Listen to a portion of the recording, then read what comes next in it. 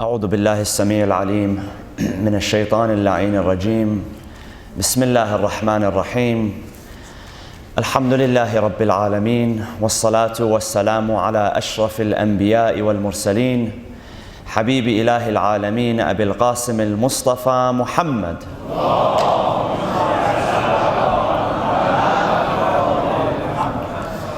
وعلى أهل بيته الطيبين الطاهرين المعصومين المنتجبين. أعوذ بالله من الشيطان الرجيم. بسم الله الرحمن الرحيم. ويسألونك عن الروح قل الروح من أمر ربي وما أوتيتم من العلم إلا قليلا. صدق الله العلي العظيم. وصلوا على محمد وآل محمد.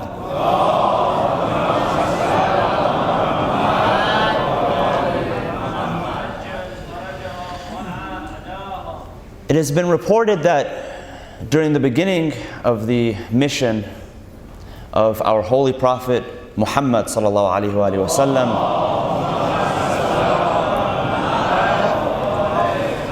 that a number of the either Meccan idolaters or the Medinan Jews asked the prophet a number of questions in order to test his knowledge and test his truthfulness and his claim to the revelation that he brought. Among those questions was the question of the essence and the origin of the ruh. وَيَسْأَلُونَكَ عَنِ الروح. They ask you about the ruh, the spirit. The reply of the prophet was, and this was a reply that God had spoken to the prophet, was, قُلِ الروح مِنْ أَمْرِ رَبِّي. Say to them, Ya Rasulullah, that the ruh, that the spirit that they ask about is of the command of my Lord. وَمَا أُوتِيتُم مِنَ الْعِلْمِ إِلَّا قَلِيلًا. And the knowledge that you have is but little. Meaning that what you assume you know, you don't truly know. Because asking the question would assume that they would have the answer. I mean, it would make no sense to ask a question to test somebody and you don't have the answer. Imagine if a teacher or a professor asked a question and that teacher or professor doesn't have the answer himself or herself. There'd be no use in asking the student that question. So they did not truly understand what the essence of the spirit or the soul was, but yet they were posing this question to the prophet. And this was one question in a series of questions that were posed to the prophet. Here, when commentators attempt to explain what the spirit is, and of course the word spirit, ruh, and the word soul, nafs, is sometimes used by philosophers and scholars of Islamic thought interchangeably, meaning that they use it meaning one and the same thing. Some have separated and said there are two different meanings and two different essences, but some have also said it's really one and the same thing.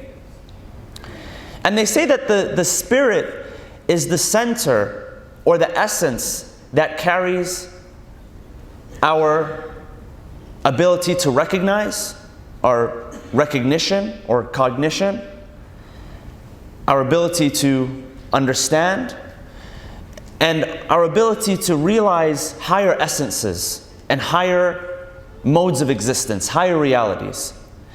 It is also the center of our perception.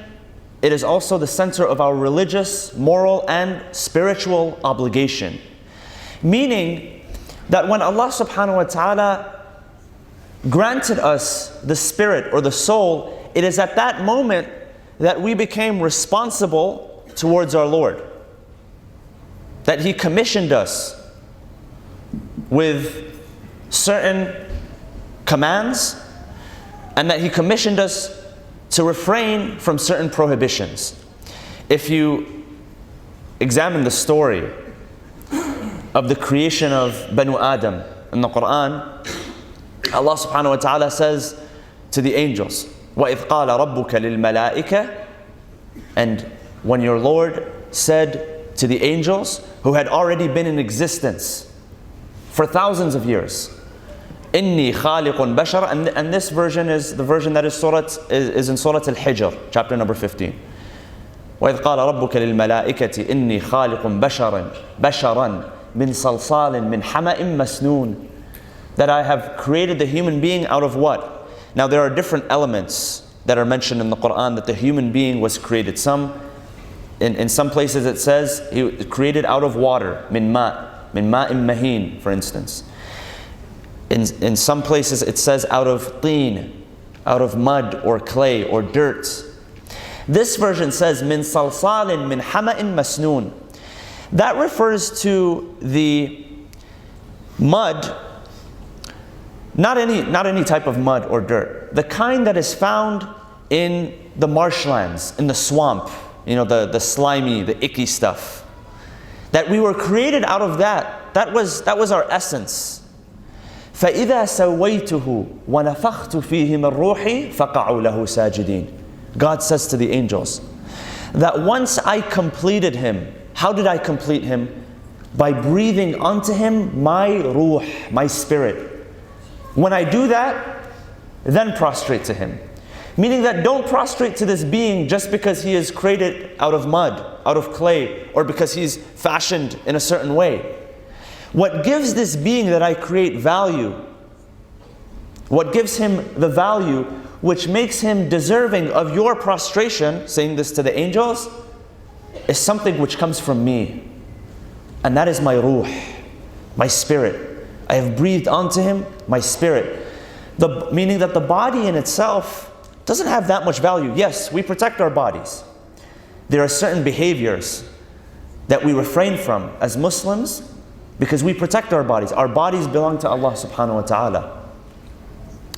And so it's your responsibility to protect your body and to respect your body as well. However, the true value comes not from the body which is created out of teen, out of clay or out of water. It comes from what? It comes from your soul. And that's what God bestowed upon you. That's what He breathed into you. There are narrations, and tonight we are commemorating the life of Amir al-Mu'mineen, Al-Imam Ali ibn Abi Talib alayhi salam. And Imam Ali alayhi salam had a certain special way of putting things into perspective. And if you've ever pondered on Nahj al-Balagha, if you ever get a chance to read that book in its entirety, you'll find that there was something very unique and something very special about his eloquence, his mastery in delivery. In some of the narrations, he says, I'm very surprised of Banu Adam, how impressed he is with himself. If you look at the human being, his favorite drink is honey, which is the excrement of a bee. His favorite thing to wear is silk, which is the excrement of a worm. If you look at the human being, he is born out of impurity. He is created out of semen, which is an impurity. And when he's alive, and when he's roaming the earth, he is full of impurities. He carries all sorts of impurities within him.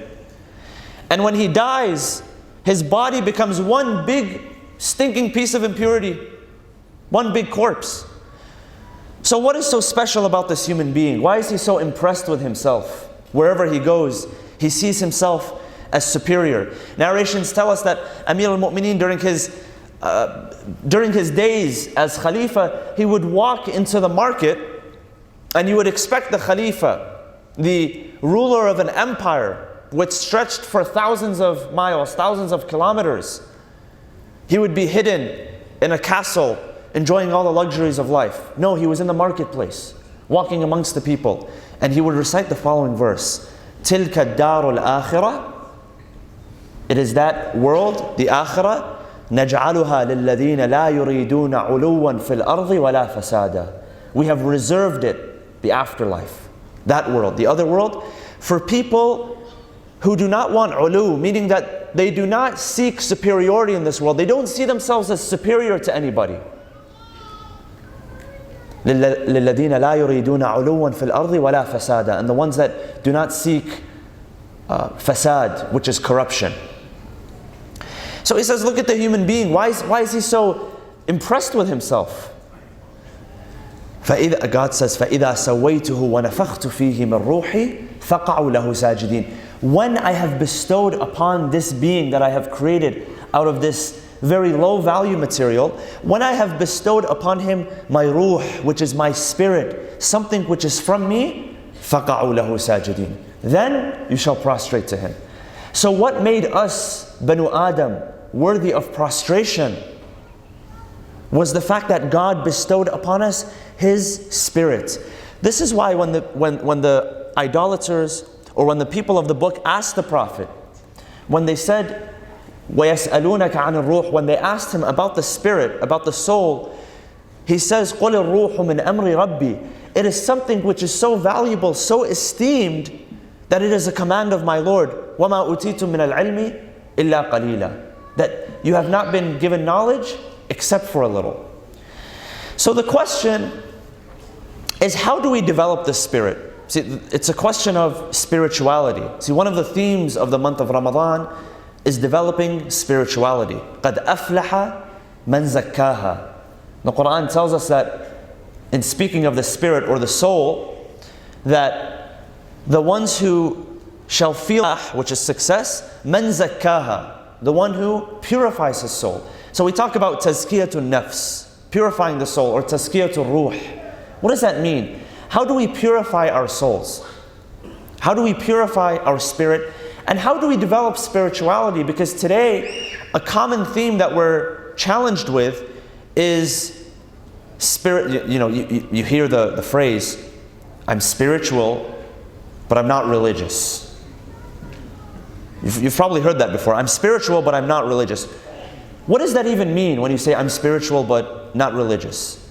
Now, most people would say that to mean that I don't follow a certain dogma, I don't go to the mosque, or I don't go to the church, but I still, I'm not arrogant to believe that there's nothing out there, no creator. I was having a conversation one time with a physician, and he wasn't a Muslim, but he was saying that I'm somewhere between atheism and agnosticism, meaning that I'm not sure whether there is a God or there's not a God. He was saying, but I still go to church on Sundays with the family. There's a communal aspect to it. And he says that if I ever feel like I need to worship, it's in California. So he says, if I feel like I need to worship, I just go to Yosemite Park. I go out into the wilderness and I spend a few hours there, or I spend a few days there. That's their idea of spirituality. That's how they connect with with what they believe is their maker, or maybe they weren't created in the first place by a maker or creator. Maybe they just came out of nowhere. But there's that confusion. There's that struggle, because there are elements of the religious life or religious observance that they simply don't want to burden themselves with. So they say, I'm spiritual but not religious. But what does that mean? What is it that makes us believe that spirituality and religiosity is at odds? Now, most of the time, because most people have reduced, and this is an assumption from within the religious community and outside the religious community as well, that we've reduced religiosity to something which is physical. Meaning that if you prostrate 5 times a day, and if you fast, you abstain from food and drink, and if you conduct the pilgrimage to certain places around the world, that is what religiosity is. But that's not what true religiosity is. That's only surface religiosity. Many people, they have surface religiosity. They don't have core religiosity. If you look at core religiosity and spirituality are one and the same. It's the same thing. So being someone who is truly religious in that term is someone who practices spirituality. And we'll talk about what spirituality means. But because many people have reduced religiosity to a set of physical rituals such as prayer and fasting, and because they don't want to burden themselves with the responsibility of those things, meaning they don't want to burden themselves with the responsibility of praying 5 times a day, every day of the year, fasting for 30 days, every month of the year, performing the pilgrimage when it becomes obligatory. Their understanding of religious is those things, exactly those things. So they'll tell you, I'm spiritual and I'm not religious. Meaning that I don't want to do all that boring stuff, but I'll be spiritual, meaning I'll try to connect with my Creator. I'll try to connect with my Maker. So that's one aspect of it. When people say I'm religious, but I'm not religious, but I'm spiritual. Another is that many people believe, and this happens within the religious community as well, is that people believe that the spirit or the soul and the body are mutually antagonistic. What does that mean? That means that they develop at the expense of each other. Meaning that if you want to, and this is the assumption, and this is an incorrect assumption, that if you want to develop yourself spiritually, and if you want to develop your soul, your body has to suffer. Meaning that you have to deprive yourself of food and water and your desires and your pleasures in order for your spirit to grow, in order for your soul to grow. And that's also an incorrect understanding. It's a misunderstanding. Because they are not mutually antagonistic with one another. The opposite is also assumed. Meaning that if you're having fun, if you're eating, if you're drinking, if you're enjoying yourself from a physical aspect, you're doing so at the expense of your spirit and the expense at your soul. Meaning every time that you have fun, your spirit and your soul is decaying. So you have to either pick one or the other. Either you pick the spiritual life, and if you're going to pick the spiritual life, it means that you can't enjoy any physical pleasures. Or if you're going to pick the physical pleasures, that means that there's your spirit and your soul is going to be in decay. So you either have to pick the dunya or the akhirah. That's what the assumption becomes. Is either you can pick the dunya or you can pick the akhirah. But that's incorrect. Why is it not that we can pick the dunya and the akhirah at the same time? So we've kind of made it into a binary system, that either the dunya or the akhirah. When in reality, there are people that can enjoy both the dunya and the akhirah simultaneously, and there are people that can miss out on the dunya and the akhirah simultaneously as well. I'll give you an example. One narration tells us the following. It tells us that there are people on the Day of Judgment that they lived the life of the poor, but they shall be held accountable in the way that the rich and the wealthy were accountable. In that they had the means, and this is what that refers to, in that in this world, they had the means to enjoy themselves. They had the means to spend on themselves. They had the means to be generous with their family, with their community.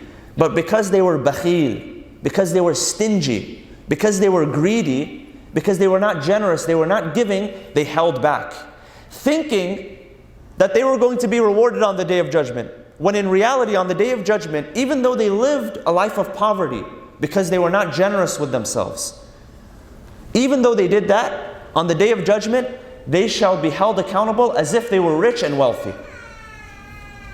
And on the other hand, there are people that will miss out on this world and in the next world. One narration tells us the following. It says that, how unfortunate is it that you will find people that will sell this dunya for the akhirah.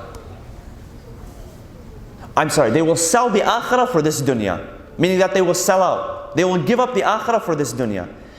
And more unfortunate is people that sell their Jannah and their akhirah for somebody else's dunya. There are some people that they sell out to somebody else in this world, they miss out on this world, they become a slave to somebody's desires in this world, and they miss out on the akhirah. So they miss out on both. Narrations tell us, one narration from Al-Imam Zayn al-Abidin alayhi salam, he says the following. He says, one of the things which shall act as a salvation for the believer. If you want salvation, we're constantly going after salvation.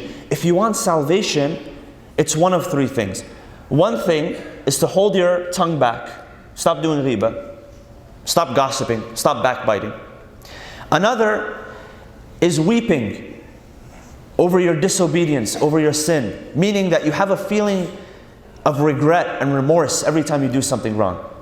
And another, this is the third thing, is that you find something to do as an occupation which will benefit you in this world and it will benefit you in the akhirah. Meaning that this breaks the assumption that in order to enjoy this world it has to happen at the expense of the akhirah. And that to develop your spirit and be a spiritual person, truly a spiritual person, you have to do it at the expense of this dunya. Yes, moderation is important. Not stuffing yourself till you can't breathe, that's important. Holding back a little bit on food and drink is important. However, it doesn't mean that one has to develop at the expense of another. You can totally enjoy this world. You can totally enjoy this world, but also in moderation. Meaning that you can pursue this world and you can pursue spirituality at the same time. They don't have to be at odds with one another. This is an assumption and it is a misunderstanding. Sallu ala Muhammad wa ali Muhammad.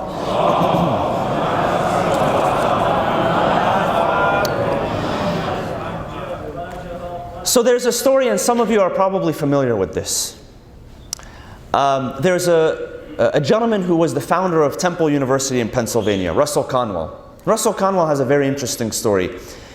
Russell Conwell was a farmer who became a lawyer, who then became a minister. When he became a minister, he started traveling around the United States and preaching. And the way that he found Temple University, which is one of the most prestigious universities, I mean at least in the Northeast, but also across the United States, was that he would go across the United States and he would preach to the people, and all of the donations that people gave for his preaching, he would take that money and he would save it until finally he came back to Pennsylvania, where he originated from, and he established Temple University. Originally it was a seminary, a religious school, and then it became a university. So what was special about Russell Conwell is that he was a proponent, even though he was a religious person, meaning he was a man of the cloth, but he encouraged his students and the people in his congregation to go out and make a lot of money. Make as much money as you can, but in the halal way, in the legal way, not crossing any boundaries. So one day, one of his students came up to him and he said, "Minister Conwell, I really have to ask you a question. I want something clarified." He says, "What is it?" He says, you're a minister, you're a man of the cloth, and you're telling your students and your people to go out and make a lot of money? I mean, isn't that antithetical to what the Bible teaches? Aren't we supposed to be modest? Doesn't the Bible teach that the love of money is the root of all evil? And you've probably heard this, that the love of money is the root of all evil. So he looks at him, he says, "My son, you have completely misunderstood what the Bible is saying." He says that the Bible is telling you that the love of money is the root of all evil, not that money is the root of all evil. Money, it's not good or bad. It's not evil or virtuous. Money doesn't have any feelings. Money doesn't have any character. It's the way that you approach it, the way that you treat it. So when we and of course this is also found in Islamic teachings as well. قُلْ مَنْ حَرَّمَ زِينَةَ اللَّهِ. Allah subhanahu wa ta'ala says, who has made the adornments of this world? Who has made it forbidden upon you? Meaning that the people who have believed that the adornments of this world are forbidden, they are wrongfully assuming. So how do we develop our spirit then when we talk about spirituality? Is it that we have to practice the life of a faqir? Is it that we have to abstain completely from all of the pleasures and the worldly desires of this life? Not at all. In fact, narrations tell us that a group of people, and this was during the life of the Prophet Muhammad sallallahu alaihi wasallam, upon hearing some of the verses of the Quran, they hid themselves in a room and they stopped working. When they heard the verses, that say the following, that he who has taqwa, وَمَنْ يَتَّقِ اللَّهِ يَجْعَلْ لَهُ مَخْرَجًا وَيَرْزُقْهُ مِنْ حَيْثُ لَا يَحْتَسِبُ. That he who has taqwa, meaning who has piety, he who holds himself back, God will find for him a makhraj, meaning a channel. وَيَرْزُقْهُ مِنْ حَيْثُ لَا يَحْتَسِبُ. He will give him rizq, and he will give him blessings in a way that he has not even counted before, in a way that he has not even expected. So a group of people, when they heard this verse, they sat at home. They said, okay, well it's a good excuse. We no longer have to work anymore. Because they consider, again, they had a misunderstanding of what work was. They considered work to be for this world. They didn't understand that when you work in this world, it doesn't only benefit you in this world, it also benefits you in the next world as well. There are narrations that tell us that there are some dhunub, sins, acts of disobedience, which are not forgiven except through the struggle of you going out and making a living for your family. إن من الذنوب ما لا يغفرها الله إلا الهموم في طلب المعيشة. The struggle that comes with trying to put food on the table, trying to pay the bills, trying to build something for yourself, trying to go out there and make something for yourself and your family. Those struggles that accompany that are worthy enough to forgive some of your sins and some of your disobedience, even if you don't ask for forgiveness. Meaning that struggle is an act of forgiveness within itself. So the Prophet heard about these people, and he told them, he said, no.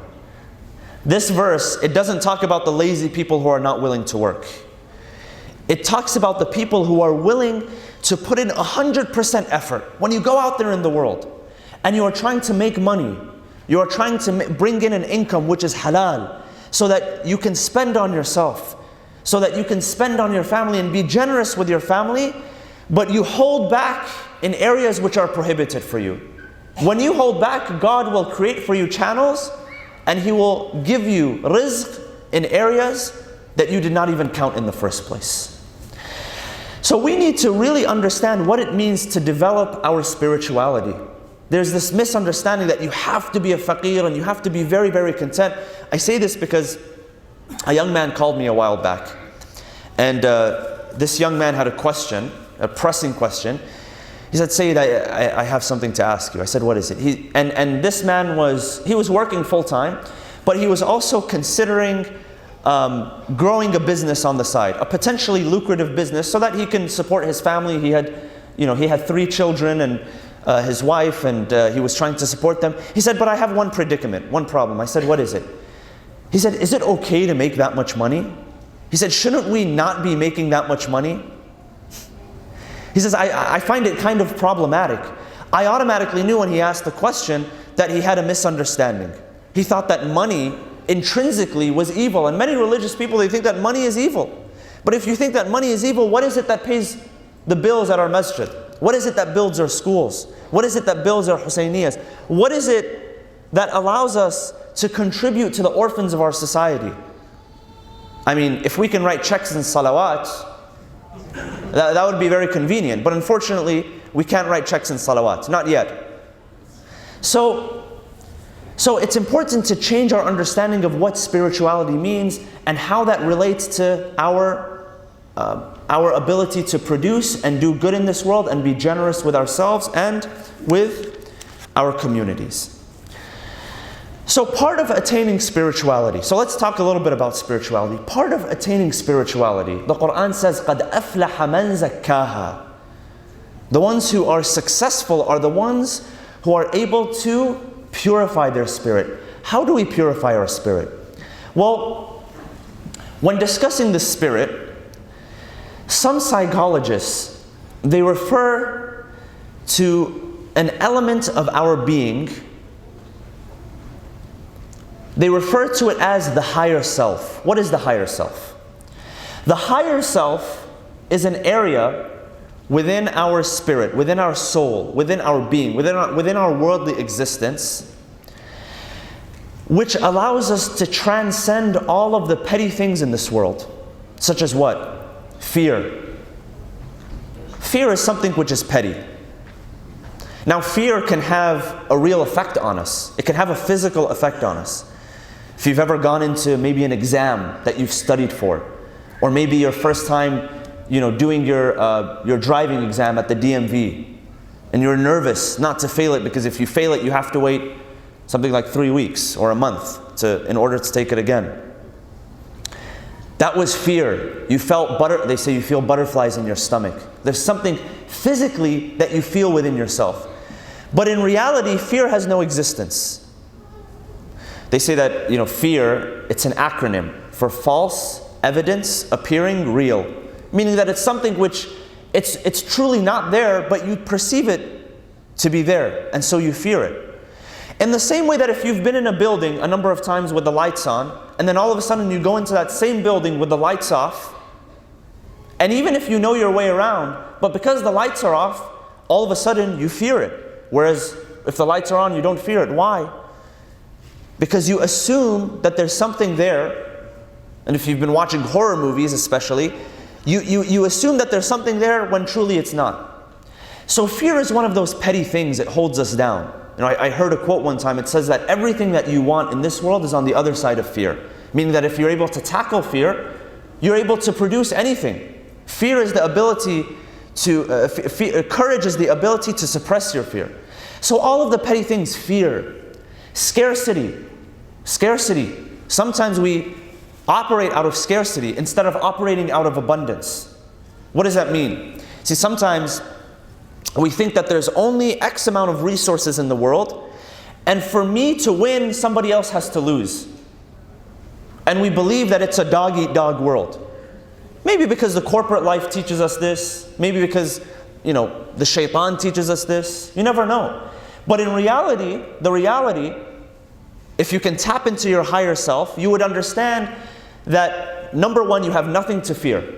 How many times does the Quran repeat, فَلَا خَوْفٌ عَلَيْهِمْ وَلَا هُمْ يَحْزَنُونَ? The mu'mineen, the believers, they won't have any fear, khawf. They won't have any huzn. They won't have any sadness. There will be no fear, there will be no sadness. You will understand that you live in a very abundant world. What does Allah subhanahu wa ta'ala say to Adam when He created him? He says, إِنَّ لَكَ أَن لَا تَجُوعَ فِيهَا وَلَا تَعْرَى وَأَنَّكَ لَا تَظْمَأُ فِيهَا وَلَا تَضْحَى. He says, I have created a world for you that there is enough in it that you will not feel hunger, you will not feel thirst, you will always have shelter, there will always be enough shelter for you, and there will always be enough clothing for you. You live in an abundant world. It's people who live with a mindset of scarcity that they feel like they need to gather up all of the resources. And that's why you find that some people in the world, they don't have as much as others have in the world. It's because there are people out there in the world that live through the mindset of scarcity. That there's only this much amount of resources, and I have to control these resources. That's why you see governments do what they do today when it comes to war and the way that they cause disease and famine and starvation to be abundant in the world. So those are all of the petty things that we have. Sometimes even when it comes to fear, you've noticed that there are some fears. As human beings, we're only born with two fears, psychologists say. One is the fear of loud noises, and one is the fear of heights. And those are two fears that you can unlearn, right? You can unlearn the fear of loud noises. If you've ever seen a baby, an infant, they're very jumpy when they hear a door close behind them. Whereas as an adult, if you hear the same noise, it's normal. That's a fear that they have. Fear of high places, that's also a fear. And those are things that can be unlearned. You have fears that are irrational. And what are those fears called, the ones that are irrational? Phobia.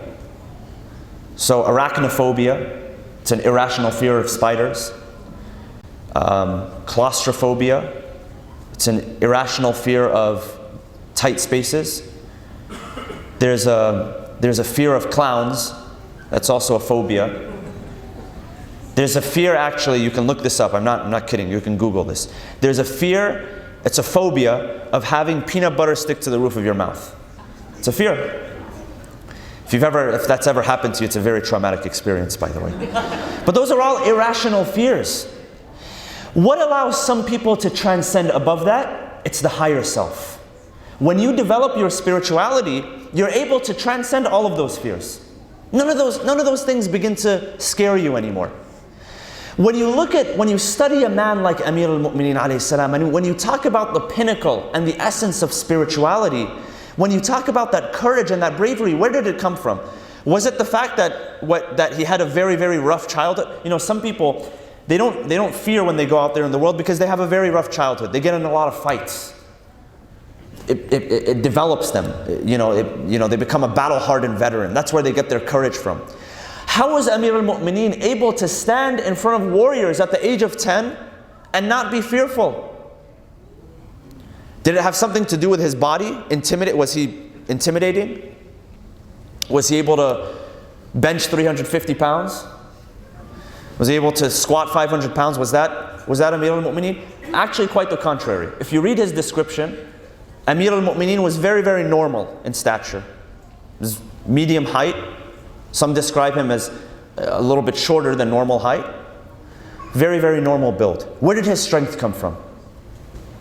His strength came from his spirituality. So when you're looking for strength in this world, ask yourself, how am I developing my spirituality? So when you're able to transcend all of the petty things in this world, when you're able to have joy for people, when you're able to love people, when you're able to have compassion, when you're able to have empathy, when you're able to have emotional intelligence, when you're able to be aware of your surroundings, when you're able to be aware of people's emotions, when you feel people's emotions as if they're your own emotions, when you feel people's feelings as if they are your own feelings, when you become a voice for the people who are voiceless, when people trust you enough to speak to you freely, all of that is a part of spirituality. So when we talk about developing our spirituality, we need to ask ourselves, do I have compassion? Do I have empathy? Do I have love? Do I find joy in life? Do I love people no matter what? Do I give love and compassion and mercy to people, just as we mentioned yesterday, no matter what the result is? Do I share my heart with people? That is the essence of spirituality. Because yes, when you study the life of the Prophet, when you study the life of Amir al-Mu'mineen, yes, they were very spiritual in terms of them spending a lot of time in prayer, a lot of time in supplication. But where they developed their spirituality was not necessarily in the mihrab, it was among the people. They developed their spirituality. Amir al-Mu'mineen developed his spirituality when he was out at night, night after night, in the darkness, carrying goods to the people, feeding the homeless, feeding the orphans. That was where he developed his spirituality. And he would go there consistently, night after night, even though he was the Khalifa of the people. And on a night like this, the night of the 19th of Ramadan, Amir al-Mu'mineen broke his fast on 2 food items, bread and salt. His daughter Kulthum put in front of him bread, salt and yogurt, and he turned to her. He said, "My dear daughter, when did you ever see me have more than 2 food items in one sitting? Take away one of them." And so she removed the yogurt. She wanted to remove the salt. He said, "No, keep the salt. Remove the yogurt." So he had bread and salt. He knew that he knew that this was the time. See, he was in proactive mode. He was always ready. See, sometimes when you have to leave the house, have you seen sometimes people, they're never ready, even though they know the time when they have to leave the house, they're never ready. They're always half an hour late or an hour late. It's standard in Middle Eastern Standard Time, right? Amir al-Mu'mineen was ready for his departure from this world into the next world. So he didn't take, he didn't stuff himself. If you've ever read those reports on different inmates, when the ones that are on death row, and their requests, what they requested for their final meal, the ridiculous amounts of food. It's so interesting. There was a prisoner one time. They were doing an interview, and he was responsible for cooking some of the meals for the death row inmates, the final meals. So he would talk about some of the requests that he would get and how he would prepare those meals. And he would say, you know what? You know what I noticed? No matter what the food was, whether it was a steak, whether it was burgers, whether it was ice cream, no matter what it was, a few hours later, no matter what the label was, a few hours later the label would be stomach contents. Doesn't matter what kind of food it is. In only a few hours it will be labeled stomach contents. Because only a few hours later you would have a dead corpse in front of you and they would have to take it out of the stomach. Stomach contents, that's it. So Amir al-Mu'mineen was not concerned with filling up his stomach before he left. And he would go out, narrations say he would look up into the sky and he would say, this is the night. هذه الليلة إنها هي الليلة. This is the night that Rasulullah sallallahu alayhi wa sallam had promised me. It's the night that I return to my master, Rasulullah. It's the night that I return to my Lord. It's the night that finally I know I have paid off all of my debts and I'm going back free, with no burden, with no debt. And as he was leaving the home, after spending an entire night in prayers, as he was leaving the home, it said that there were a few birds and there were a few ducks in the house, and they came to him and they began flapping their wings at him, as if they were saying to him, do not leave the home, O Master.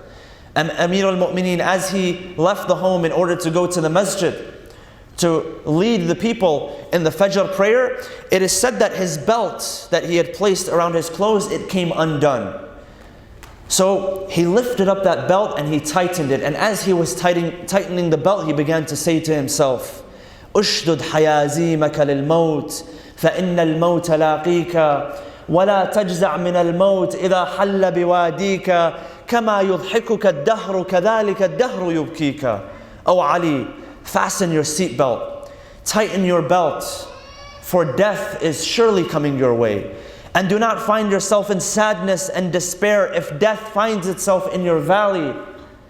كما يضحكك الدهر كذلك الدهر يبكيك. In the same way that this life, it makes you smile and it makes you laugh, in that same way it will make you frown and it will make you weep.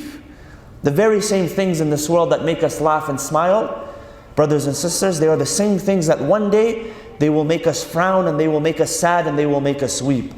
So with that attitude and with that strength, Amir al-Mu'mineen enters the masjid. He sees Abdul Rahman ibn Muljam, the cursed man, who had purchased a sword and had poisoned it for the same price that he had purchased it, sleeping on his stomach in the masjid. And Amir al-Mu'mineen comes to him. He says, "Oh, Abdul Rahman," he says, "do not sleep on your stomach, for that is the sleep of the shayateen."